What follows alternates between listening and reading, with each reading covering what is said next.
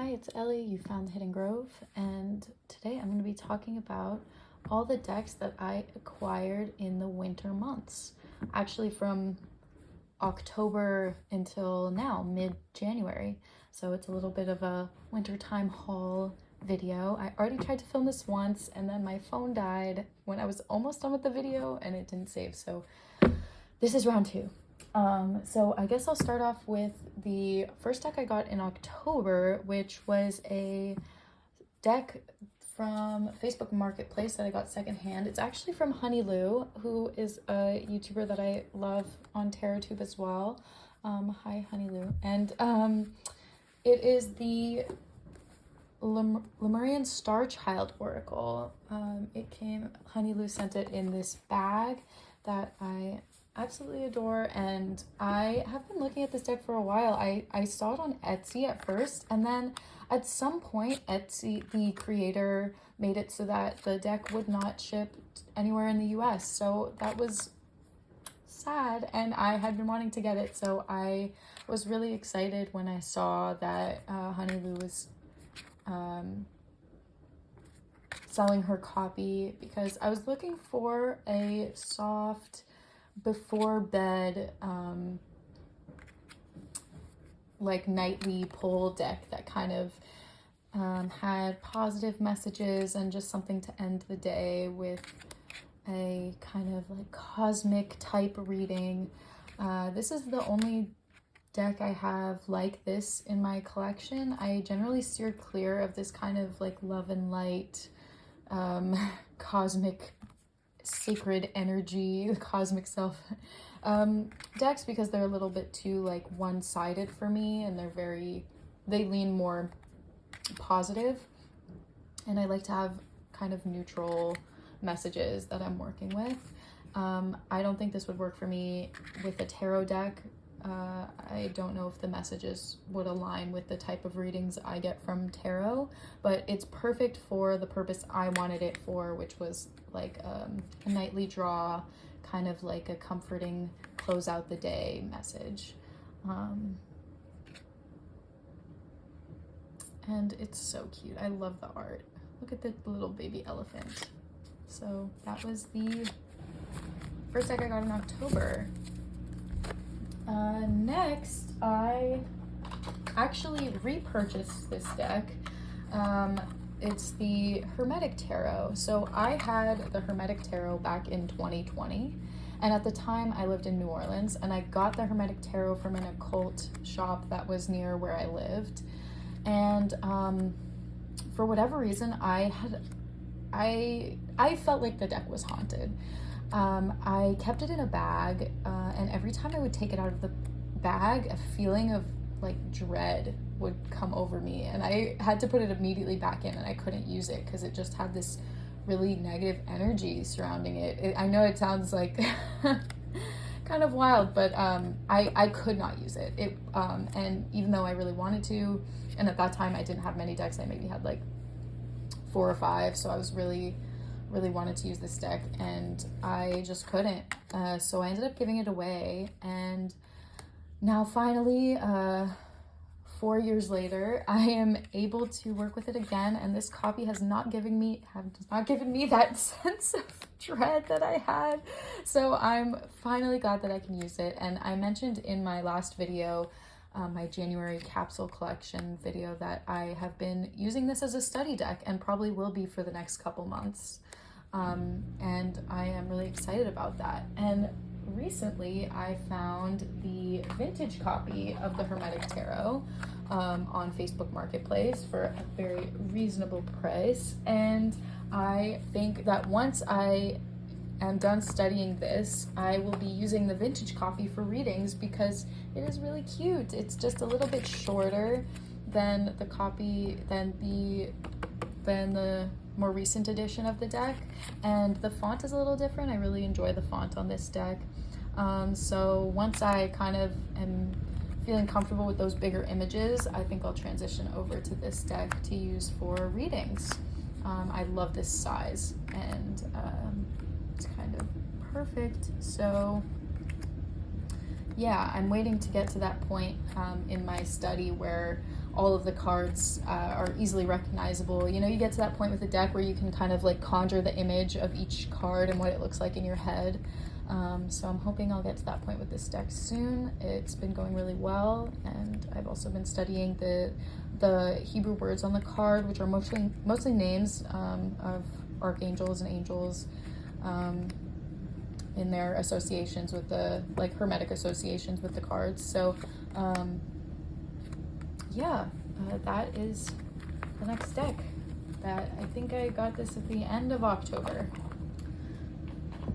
All right, and then in November, I got myself the Tarot Original 1909, the RWS 1909 edition. I love the coloring on this deck. It is somewhere in between the yellow box and the Centennial for me. Yellow box was in my first RWS, and the images are just a bit too bright, and then the Centennial, which I have been using more regularly, like before I got this one, the images were just a bit too muted, and this is kind of that perfect in between. I forgot who on their channel called this version like a sun-kissed RWS, and I totally agree. I love the coloring on this deck. You still have those clear images, and I just think this is the perfect RWS copy for me. So I have really been enjoying using this. RWS is just always, you know, kind of comfortable for me, and very nostalgic because my mom had RWS growing up that she used to let me play with. So this is just, it's very familiar and, you know, feels like home for me. And this coloring is just exactly what I wanted, and I really like the backs too. Okay, next deck. Oh, I forgot this one from October. So I forgot it because I already had a copy of this for a while. It's the Golden Age of Horror Tarot, except I had a different edition of it, and I saw on Meg's channel at Rose Honey Ritual, she had this edition. I didn't realize that there were two different editions of the deck, and this is kind of a Halloween horror themed deck, and the images look like comic books, like horror themed comic books. And I had a different edition of this deck, and when I heard that there was another one, all of the images are completely different. There's no reusing of images, so they're two like completely different decks with this same theme. And because I loved my edition so much, I decided to get both, and I put it in order recently because I want to do a side-by-side comparison of both of them, because the images are completely different, and I'm really excited to do that. So yeah, that's why it's in order. And this is just a really, really fun, like, horror, you know, Halloween deck that I was really excited to get in October. So there's another one. Yeah, so stay tuned for my comparison of the two editions of this deck, the Golden Age of Horror Tarot. Keep that in order. Okay, now we're done with October. At the very end of November, I ordered the Pip Speak Tarot, and then it came into me in early December, and I want the inside of this box that it comes in. I was just so excited about this deck. Oh my god, it is adorable, and it is the perfect size, and I love that the suits are color coded so that when you use it in a big spread, you can really see the elemental energy that's dominating your reading. And I also love this art style. It's just so pretty, and I don't have this creator's other deck, the I'm forgetting the name. Oh, Playful Heart Tarot. I was worried when I ordered this deck. I know that the Playful Heart Tarot is slightly oversized. It's bigger than a standard tarot size. So I was worried when I ordered this one that would also be the case, but I was so pleasantly surprised that they're just kind of like the perfect shuffleable size, and I am loving it. I think that this art style really works for me as a Marseille because it's not like too much. You still have the really recognizable pip cards in their same configurations, and then you just kind of have these cute little like additions that I think was a bit too much for me in the fully illustrated, her like RWS deck, but I am absolutely loving this. And yes, I am not currently using it in January because I'm sticking to my capsule collection that I created, which my last video was about, but I'm anticipating this deck making a comeback in March, like beginning of spring time. And it also comes with these couple extra cards that she talks about in the guidebook as well. Something I really like this creator is doing is sending emails. I think she calls them Tarot Gym.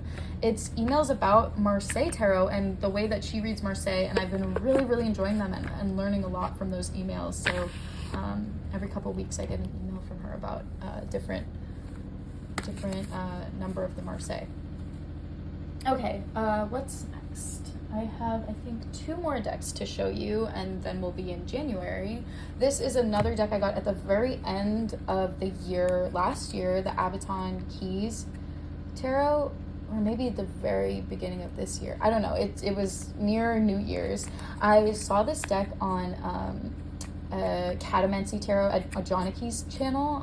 She has been doing for the last couple months kind of an oracle search for the perfect oracle deck. She doesn't have a lot of oracles in her collection, and in that search she found this deck. I think a couple other creators have been showing it on their channel as well, and I love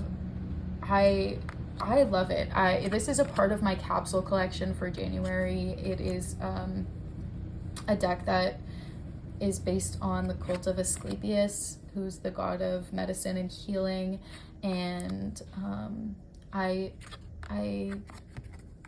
am really enjoying this deck. I love collage art, and I love the color of the borders. They're so soft and like easy to look at. So I have been really enjoying using this deck in January, and it is, you know, only one of my 2 oracle decks that I've been using, so I've been able to really dive into it, and it's been great. And I hopefully at the end of the month I'll give you an update.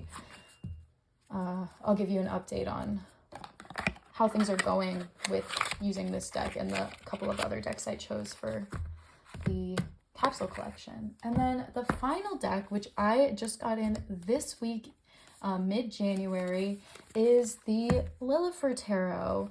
I am so excited about it. So this is the first edition of the deck. I saw it on eBay, and I got it for probably the same price as it was originally selling for on this creator's website. It was, you know, very appropriately priced. And I'm excited that I got this edition too, because when I saw that it was coming out as 2nd edition, I was interested in it, but I didn't really love the gold that was added to all of the cards. And I honestly prefer tuck boxes over 2-piece boxes just for like storage reasons. Oh my god, this is so cute. The level of detail of this in this deck, and just like all of it, it says hello on the top, is just really great. And then this kind of goes over the tuck box as an extra protective layer. So it has 2 extra cards, Lilith and Lucifer. I haven't taken this deck out of order yet because I just got it in, and I am so excited. When I first came across this deck, I remember this was a Kickstarter, and I didn't think I would like it. And I ended up not backing it, and I think one of the reasons is because on one of the cards, I think I don't remember which one, but I'll find it as I, you know, become more familiar with this deck. I noticed in the Kickstarter on one of the cards, the Jupiter symbol looks too much like a 4, and the card is like the 5 of something, and I was afraid that that card would confuse me. But now, as I've been studying deeper astrological associations with the tarot, I don't think it would bother me at all, because I would, you know, remember the astrological decan of the card.